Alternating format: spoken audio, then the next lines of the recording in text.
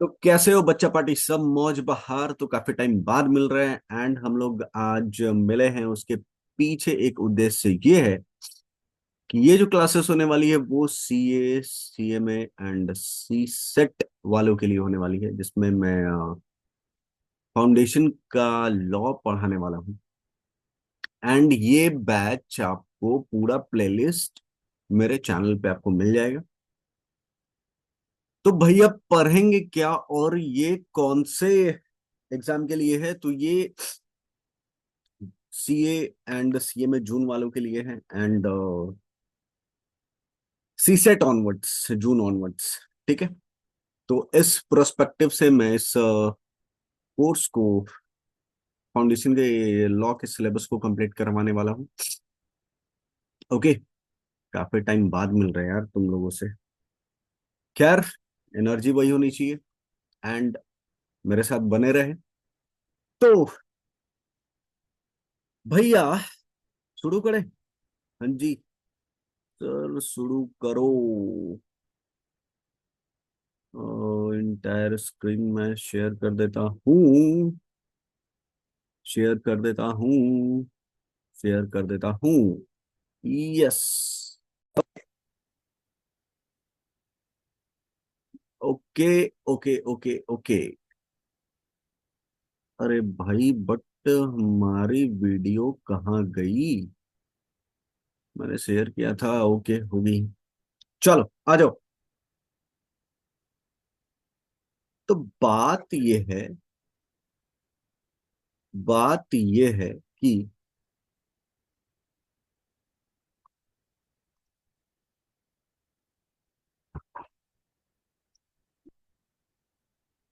Wait, मैं एक चीज कंफर्म कर लूं। हम्म,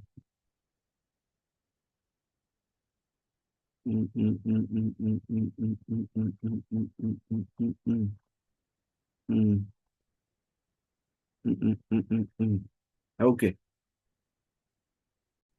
हाँ जी। तो आइए आते हैं।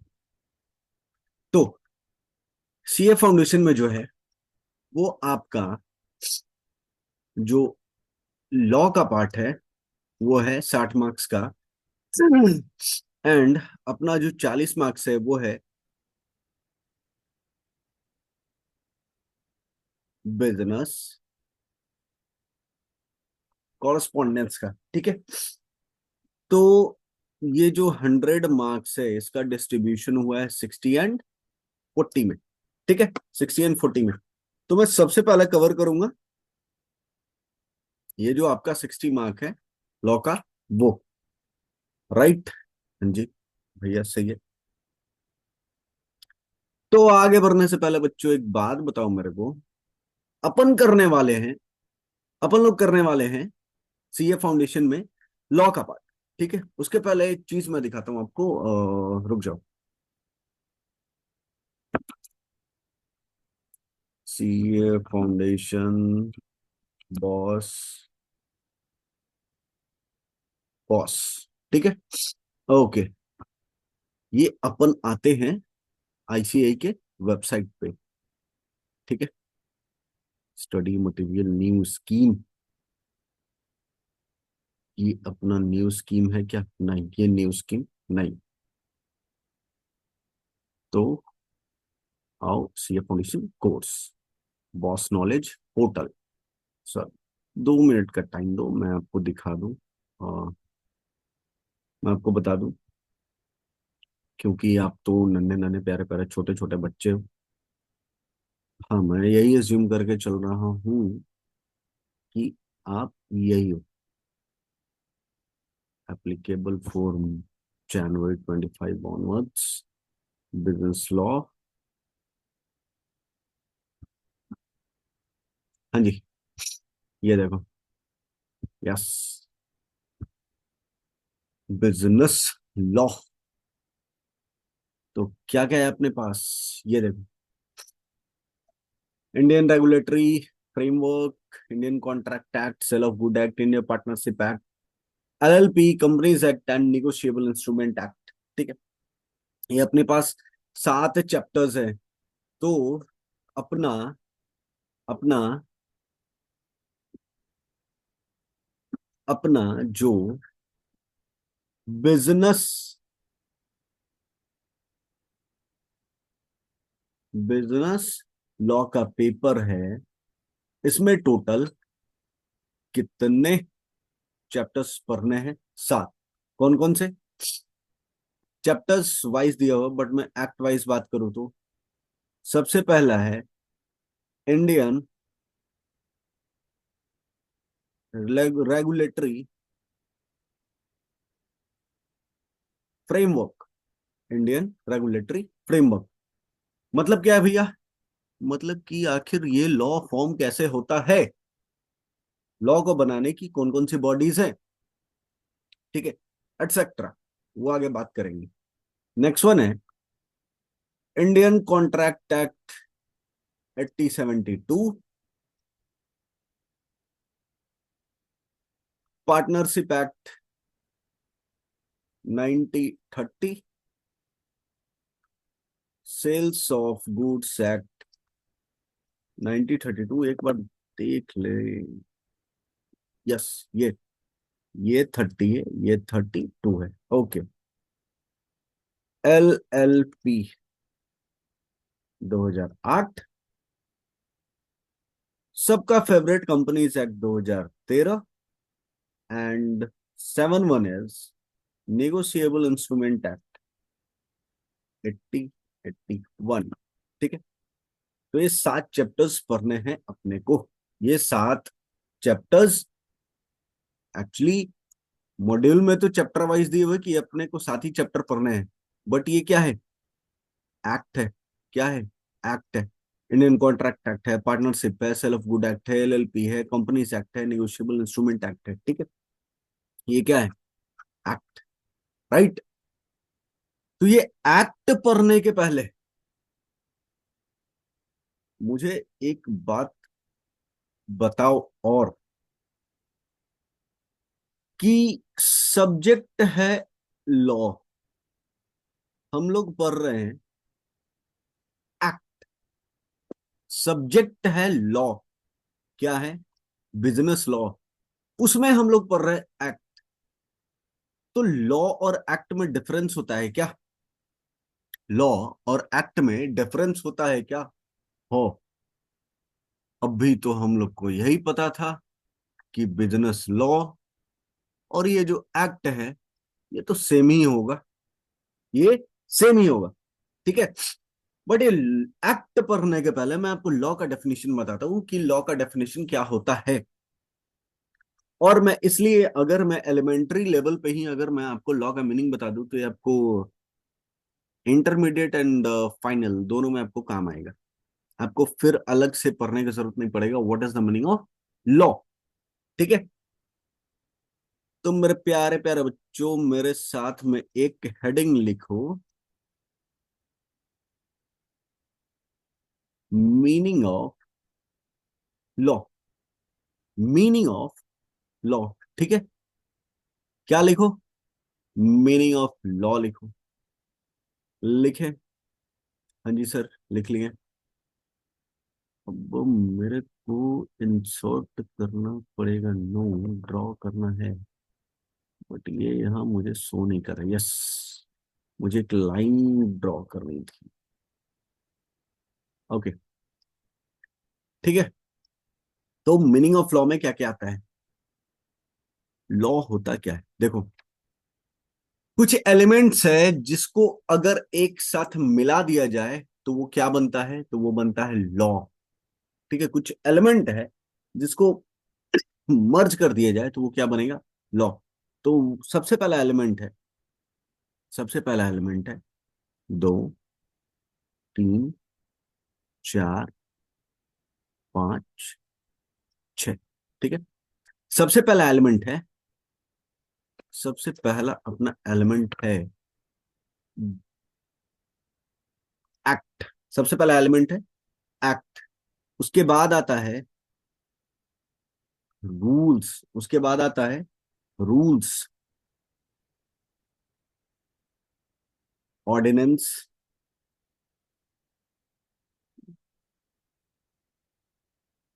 ये मेरे साथ साथ में नोट करते चलना। रेगुलेशंस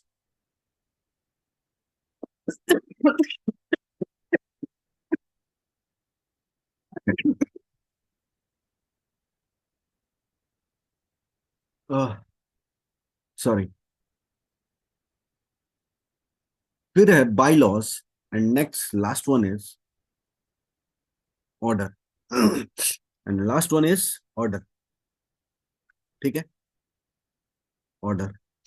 तो देखो, जब मैं बात करूं कि लॉ का मीनिंग क्या होता है, तो लॉ में अगर ये सारी चीजों को ऐड कर दें तो ये सारे एलिमेंट मिलके बनाते हैं लॉ को। तो ये सारे एलिमेंट मिलकर बनाते हैं इसको, लॉ को। ठीक है, तो लॉ का सबसे पहला एलिमेंट है एक्ट। लॉ का सबसे पहला एलिमेंट क्या है? एक्ट। एक्ट का डेफिनेशन क्या होता है? एक्ट का डेफिनेशन होता है, it is a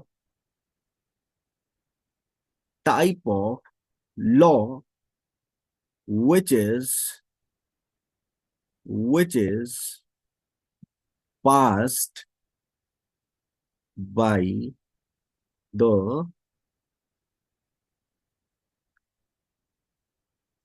parliament for central law or state legislature for state law। अरे सर, क्या बोल दिया इसने? क्योंकि समझ नहीं आ रही हो तो समझ क्यों नहीं आ रहा, ध्यान से पढ़ो डेफिनेशन को। It is a type of law which is passed by parliament for central law and or state legislature for state law।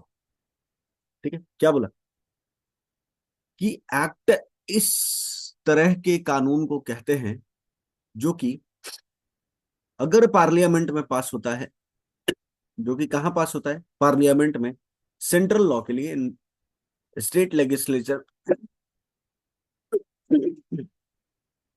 And विधानसभा में पास होता है स्टेट के लिए। ठीक है, तो यहां पे बात हो रही है, यहां पे बात हो रही है सेंटर और स्टेट की, सेंटर और स्टेट की। तो देखो, पार्लियामेंट से कौन से लॉ पास होंगे? जो सेंट्रल लॉ के होंगे। सेंट्रल लॉ के एक्ट कौन कौन से हैं? आपका favourite companies act, companies act, ये कहां पास हुआ? पार्लियामेंट में। ये कहां पास हुआ? पार्लियामेंट में। अब स्टेट लेजिस्लेचर का एग्जांपल दूं, state goods and services act, ये कहां पास हुआ? स्टेट लेजिस्लेचर में, यानी विधान सभा में। जैसे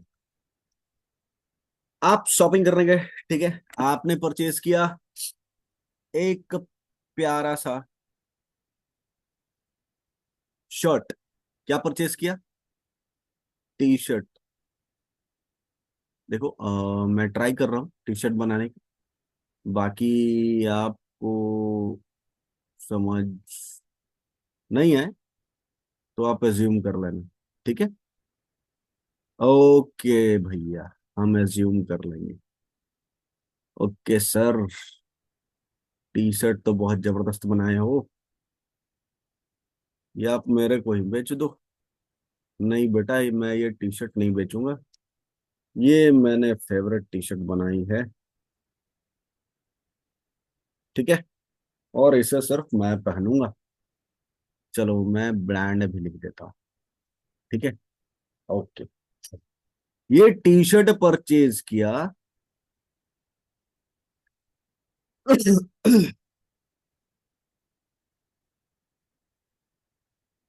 राम ने। ये टी शर्ट किसने परचेज किया? राम ने। ठीक है। तो इस टी शर्ट का राम को मिला होगा बिल, फनाना ढिमाका करके। ठीक है। कि आपका टैक्सेबल वैल्यू इतना है, आपका इनवॉइस वैल्यू इतना है, और आपका जीएसटी इतना है। तो जब बात जीएसटी की आती होगी तो वहां पे आपने नोटिस किया होगा सीजीएसटी के नाम पे मेरे से पैसा लेते हैं, जीएसटी भी लेते हैं, सीजीएसटी के भी नाम पे पैसे लेते हैं, और एसजीएसटी भी लेते हैं। तो बेटा जी, ये जो सीजीएसटी है, central goods and services tax, and ये जो एसजीएसटी है, state goods and services tax. ठीक है। बेटा ये दोनों का अपना अपना एक्ट है, ये दोनों का अपना अपना एक्ट है। और इस एक्ट में लिखा हुआ है कि सेंट्रल गवर्नमेंट भी जीएसटी कलेक्ट करेगी और स्टेट गवर्नमेंट भी जीएसटी कलेक्ट करेगी। तो ये जो सेंट्रल एक्ट है, सेंट्रल जीएसटी एक्ट है, ये पास कहां से हुआ होगा? ये पास हुआ होगा पार्लियामेंट से। और ये जो state goods and services tax act है, ये कहां से पास हुआ होगा? स्टेट लेजिस्लेचर से। क्लियर है? हाँ जी सर, क्लियर है। तो समझ गए कि जो लॉ पास होते हैं पार्लियामेंट से, उसको बोलते हैं सेंट्रल लॉ। जो पास होते हैं स्टेट लेजिस्लेचर से, उसको बोलते हैं स्टेट लॉ। क्लियर है? एग्जाम्पल दे दिया मैंने। हाँ जी सर, दे दिया। तो क्या आगे बढ़ा जाए? तो क्या आगे बढ़ा जाए? क्या हम आगे बढ़ सकते हैं? क्या हम आगे बढ़ सकते हैं? हाँ जी सर, हम आगे बढ़ सकते हैं। कॉन्सेप्ट क्लियर हो गया कि सेंट्रल लॉ क्या होता है, सेंट्रल लॉ कहाँ पास होता है, स्टेट लॉ क्या होता है, स्टेट लॉ कहाँ पास होता है। ठीक है। ओके। अपना दूसरा एलिमेंट है रूल्स। रूल्स अपना दूसरा एलिमेंट क्या है? रूल्स। अब ये क्या होता है? रूल्स। अब ये क्या होता है? रूल्स। तो देखो,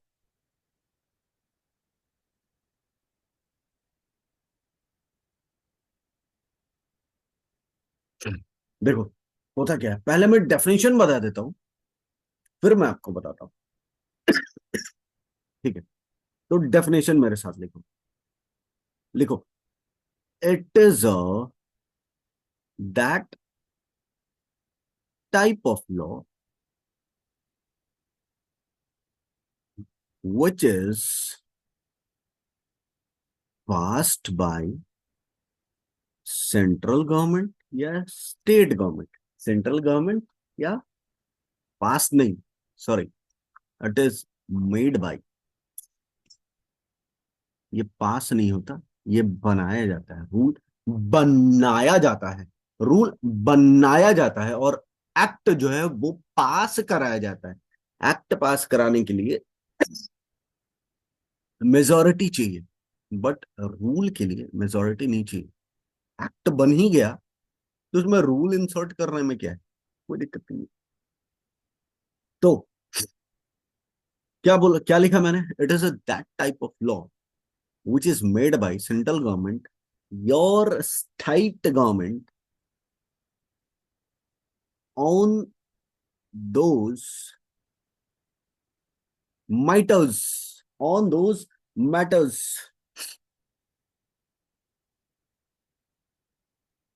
which the act has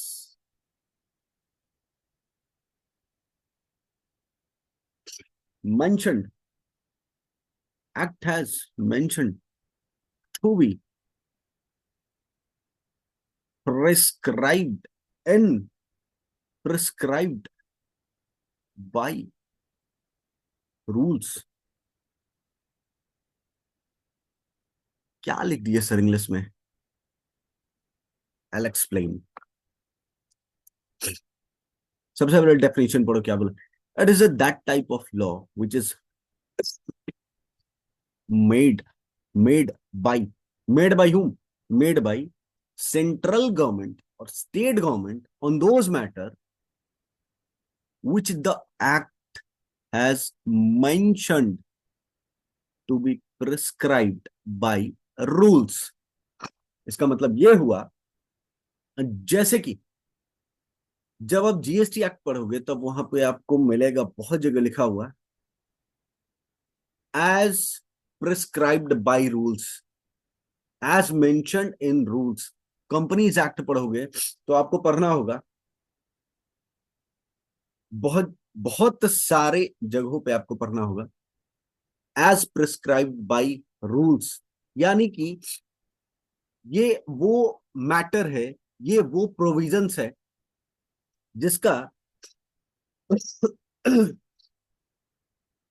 जिसके बारे में व्याख्या एक्ट में नहीं किया हुआ है। एक्ट ने पावर दिया है कि उसको रूल में प्रिस्क्राइब की जा, ए, जिसको रूल में प्रिस्क्राइब की जाए, ठीक है, जिसको रूल से पढ़ा जाए। तो मैं आपको कल इसका एग्जांपल दिखाऊंगा, ठीक है। तो रूल का मतलब क्या होता है? ये रूल सेंट्रल और स्टेट गवर्नमेंट जो है, सेंट्रल और स्टेट गवर्नमेंट जो है वो बनाता है वैसे मैटर पे जहां पे एक्ट ने लिखा हुआ है कि एज प्रिस्क्राइब्ड बाय रूल्स, जहां पे रूल में आपको प्रिस्क्राइब किया हुआ रहेगा, ठीक है।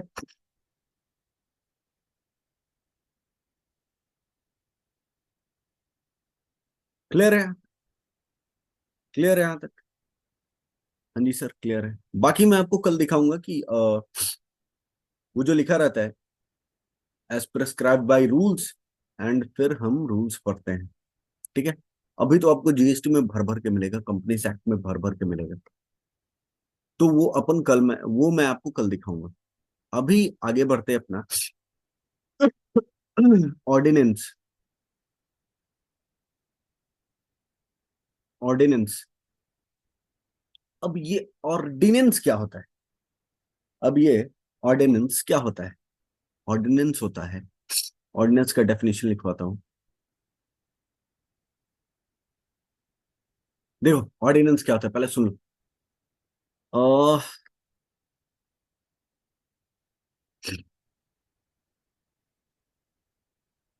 अह, ऐसे समझो कि ये है अपना पार्लियामेंट, ये क्या है अपना पार्लियामेंट, और यहाँ पे हमारे सांसद भाई लोग इकट्ठा होते हैं, ठीक है, कि अभी मैं रूल के बारे में बात कर रहा हूं तो मैं उसी के बारे में बात करूंगा, एक्ट के बारे में बात करूंगा। इसको किसी और तरीके से प्लीज ना ले, ठीक है। तो ये पार्लियामेंट है, यहाँ पे सारे भाई लोग इकट्ठा हुए हैं कि अपन ना एक एक्ट बनाएंगे, ठीक है, एक एक्ट बनाएंगे जिसमें 18 साल से जो कम के बच्चे होंगे, 18 साल से कम के जो बच्चे होंगे उनको फोन बैंड करा देंगे, उनको फोन बैंड करा देंगे, उनको टैबलेट बैंड करवा देंगे, उनको टैबलेट बैन करवा देंगे। क्या करवा देंगे? बैन हो। अब पता ये चला कि 1 2 3 4 5 6 7 8, 8 लोगों में से 5 लोगों के बच्चे तो खुद 14 साल के हैं। कितने? 14 साल के छोटे छोटे नन्हे नन्हे मुन्ने मुन्ने प्यारे प्यारे बच्चे हैं, इनके शकल से हैं। शकल से। तो इन्होंने अब ये सोच रहे हैं, यार मेरा बच्चा तो फोन के बिना रहता ही नहीं, तो मैं कैसे पास करा दूं। तो ये पास नहीं करवा पाए। ठीक है, 3 लोग रेडी, 5 लोग रेडी नहीं है। अब यहाँ पास हो पाएगा? नहीं। ये था अलग मैटर, ये था अलग मैटर, पास नहीं हो पाया। अब हुआ क्या? अब इन सारे भाई लोगों का, ठीक है, जैसे बच्चों की ठंडी की छुट्टी होती है ना, इनकी भी ठंडी की छुट्टी हो गई। ये लोग इस बस में बैठ के चले गए अपने अपने घर। ठीक है, ये लोग इस बस में बैठ के चले गए अपने अपने घर। अब हुआ क्या? अब हुआ ये कि ये तो घर चले गए। अब लॉ पास होगा कैसे? तो लॉ तो पास होगा नहीं, क्योंकि सभी भाई लोग, एमपी लोग कहाँ हैं? छुट्टी पे। अब हुआ क्या? अब जरूरत पड़ा सडनली, सडनली कि एक लॉ चाहिए। क्या चाहिए? लॉ, जिसको इन्फोर्स करवाना है। बट भाई लोग हैं नहीं। अब वो लॉ बनेगा कैसे? तो हुआ क्या? हमारी जो प्राइम प्रेसिडेंट मैडम है। कौन? प्रेसिडेंट मैडम,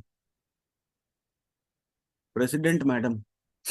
ठीक है, उन्होंने कहा तुम टेंशन ना लो, तुम टेंशन नहीं लो, प्रेसिडेंट हूं मैं एक ऑर्डिनेंस पास करती हूँ। क्या पास करती हूँ? ऑर्डिनेंस। इनके द्वारा पास किया गया ऑर्डिनेंस भी एक तरह का लॉ होता है। यानी कि जब भाई लोगों की छुट्टी हो, यानी जब पार्लियामेंट फंक्शन में ना हो, एट दैट टाइम, तब अगर प्रेसिडेंट साहब कोई लॉ लेके आते हैं और उसको एप्लीकेबल करवाते हैं, उस लॉ को क्या बोलते हैं? उस लॉ को बोलते हैं ऑर्डिनेंस। क्या बोलते हैं? ऑर्डिनेंस। देखो, अब बात यह है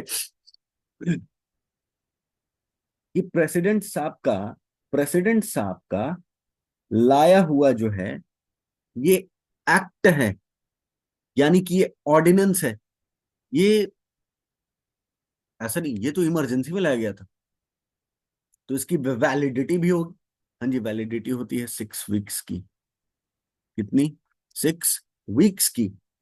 6 हफ्ते बाद, 6 हफ्ते बाद।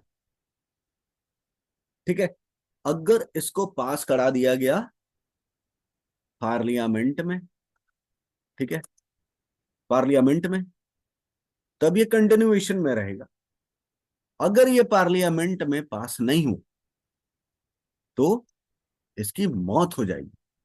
तो ये तो हो गया सेंट्रल लेवल पे जो लॉ है उसके लिए ऑर्डिनेंस बनाना। भैया स्टेट लेवल पे, स्टेट लेवल पे होते हैं हमारे गवर्नर साहब। स्टेट लेवल पे कौन होते हैं? गवर्नर साहब। ये कौन है? प्रेसिडेंट। यहाँ स्टेट के लिए गवर्नर साहब होते हैं। इनकी भी, ये भी जो इमरजेंसी में एक्ट लाते हैं उसको बोलते हैं ऑर्डिनेंस, और इसकी भी वैलिडिटी होती है 6 वीक्स की। 6 वीक्स की। क्लियर है? हाँ जी भैया, क्लियर है।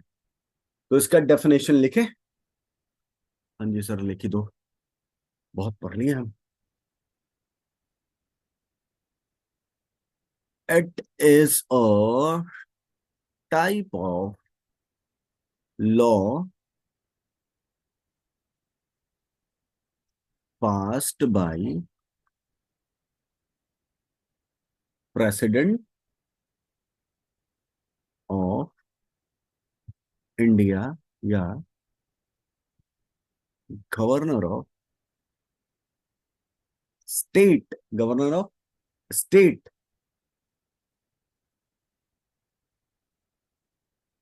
For urgent need of law, but when the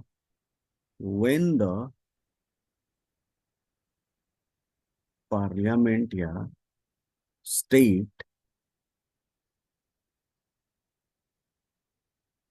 legislature state legislature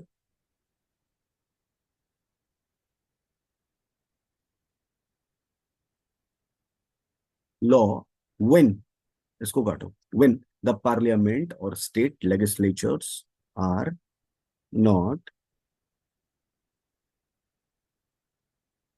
functioning, ठीक है, functioning, however it is a temporary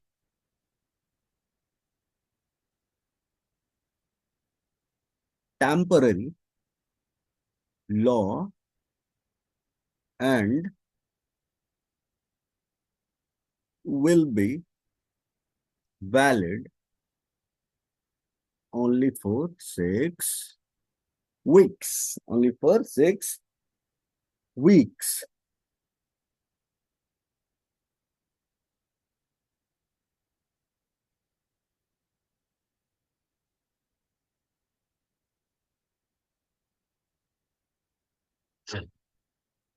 However, it is a temporary law, will be valid only for 6 weeks when the parliament and state legislature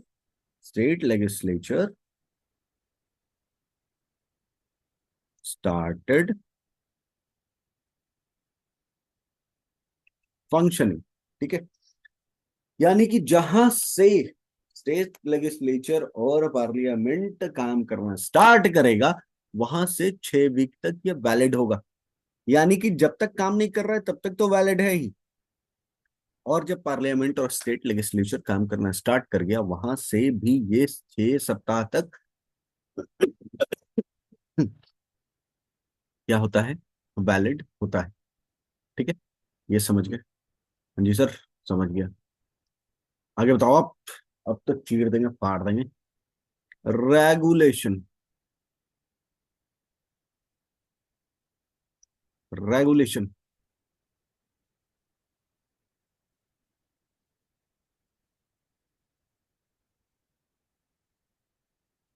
देखो regulation क्या होता है, it is a type of law, it is made by a regulatory body which was established by an act, मतलब example देना पड़ेगा इसमें। What is regulation, regulation क्या होता है, देखो वैसा बॉडी जिसको एक्ट के द्वारा बनाया गया होगा, ऐसा बॉडी जिसको एक्ट के द्वारा बनाया गया होगा उसको क्या बोलते हैं, रेगुलेटरी बॉडी, यानी कि जो क्या है, रेगुलेटर क्या है, क्या है, रेगुलेटर। एग्जाम्पल दीजिए सर अपना। SEBI, securities and exchange board of India, securities and exchange board of India जो है वो रेगुलेटरी बॉडी है जो कि लाया गया था सेबी एक्ट 1992 के बाद, ठीक है। अब है क्या कि ये जो सेबी है, जो भी एक्ट एक्ट बनाएगी। सेबी जो है, जो भी, एक्ट नहीं बोलो, इसको लॉ बोलो, एक्ट नहीं, इसको लॉ। सेबी जो है जो भी लॉ बनाएगी उसको क्या बोलेंगे? रेगुलेशन। सेबी जो भी लॉ बनाएगी उसको क्या बोलेंगे? Regulation. Why? Because SEBI is a regulatory body. Because SEBI is a regulatory body, it is established bye an act. दूसरा एग्जांपल, ICAI, ICSI, ICMAI, ये क्या है? ये तीनों क्या है?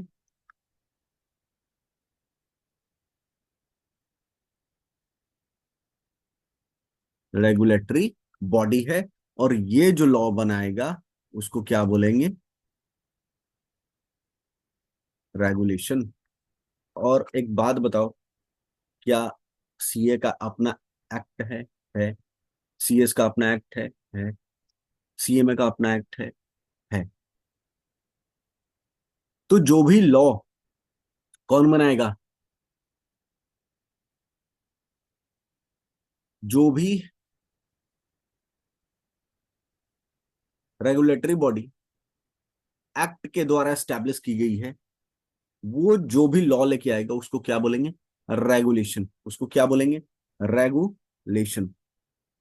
ठीक है। अब नेक्स्ट वन, अब ज्यादा नहीं बचा।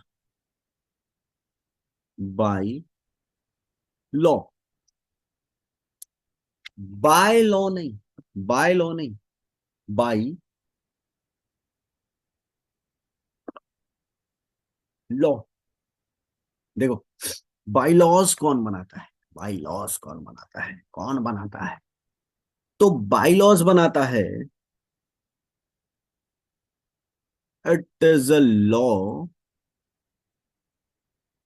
which is made by regulatory body to manage its own affairs। अपने डे टू डे काम के लिए रेगुलेटरी बॉडी जो है अपने डे टू डे काम को स्मूथ फंक्शनिंग के लिए जो लॉ बनाएगी उसको क्या बोलते हैं? उसको बोलते हैं बाई लॉ। बाई लॉ, ऐसा समझो ना, बाई लॉ यानी लॉ का कुछ प्रोडक्ट होगा। ठीक है, लॉ का कुछ प्रोडक्ट होगा। जैसे ऐसा समझो, आपके घर में तो एक्ट पास नहीं है, लेकिन मम्मी को मान लो एक्ट। मम्मी को क्या मान लो? एक्ट। मम्मी ने कहा, बेटा ये जो जूते हैं, ये जो जूते हैं, ये घर के बाहर उतरेंगे। ठीक है, ये जूते घर के बाहर उतरेंगे। इसका मतलब क्या है? ये जूते घर के बाहर ही उतरेंगे। यानी कि मम्मी अपने घर के डे टू डे अफेयर्स को मेंटेन करने के लिए एक लॉ बनाया हुआ है कि हाँ ये जूते घर के बाहर उतरने चाहिए। मैं बस एग्जांपल दे रहा हूँ। तो ये क्या है? ये लॉ है। ठीक है। कंपनी बोलती है, मान लो जब आप सीए फॉर्म में जाओगे, कहाँ? सीए फॉर्म में, और आपके प्रिंसिपल साहब बोलेंगे, आपके प्रिंसिपल साहब बोलेंगे, आपके प्रिंसिपल साहब बोलेंगे सुबह 10:30 पे आपको ऑफिस में इन कर जाना है। ऑफिस में इन कर जाना है तो इन कर जाना है। 10:31 नहीं होना चाहिए, अदरवाइज मैं आपका पूरे दिन का अटेंडेंस काट लूंगा। तो ये क्या है? 10:30 में इन कर जाना है। ये बाई लॉ है। ये बाई लॉज है कि हाँ उस सीएफएम को अपना day to day operation affair maintain करना है, ऑपरेशन को मैनेज करना है। तो उसने एक बाई लॉ बनाया हुआ है कितने बजे तक आपको आना है। आप 6 बजे घर जाओगे, ये क्या है, ये बाई लॉ है। 6 बजे के पहले आप नहीं जा सकते, 6 बजे के बाद आप जा सकते हैं। ठीक है, ये क्या है, ये बाई लॉ है। यानी कि जब कंपनी अपनी डे टू डे अफेयर को मैनेज करने के लिए जो लॉ बनाती है, जो जो लॉ बनाती है, उसको क्या बोलते हैं, उसको क्या बोलते हैं, उसको बोलते हैं बाई लॉस। क्लियर है, उसको बोलते हैं बाई लॉस। हाँ जी सर, क्लियर है। एक और बच्चा, बच्चे थोड़ा सा पेशेंस रखो, सब कुछ क्लियर हो जाएगा। ठीक है, next one is order. Order definition लिखता हूं, समझा देता हूं। It is a type of law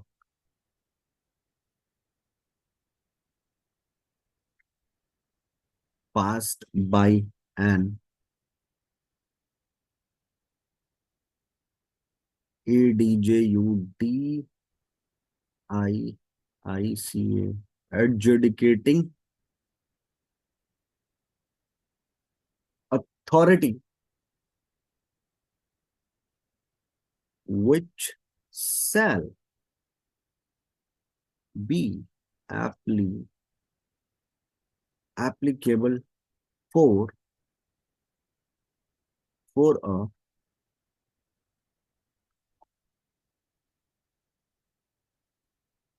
particular period against whom such order is passed।